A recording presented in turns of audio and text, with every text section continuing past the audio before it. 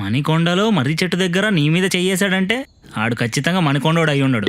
Ma'am గచ్చిబోలాలంట ma'am.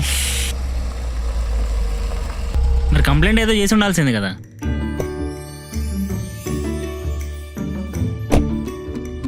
అయ్యింది.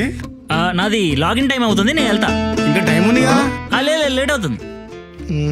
హే guys what's happening? ఏ హాయ్ జైత్రి, ఏంటి తొందరగా వచ్చావు? ఏం లేదబ్బా, ప్రెజెంటేషన్ ఉంది అందుకే.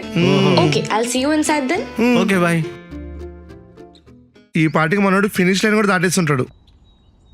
అయినా మనోడు సెకండ్ ఫ్లోర్ కదా, తనేమో 4th ఫ్లోర్. అందరితో బాగానే ఉంటాడు కదా. పోనీ అమ్మాయిలతో భయమా అంటే అందరితో బాగానే ఉంటాడు. ఈ అమ్మాయితో మాట్లాడడానికి ప్రాబ్లం ఏంటి? దాన్నే ఫస్ట్ క్రష్ అంటారు మామ్.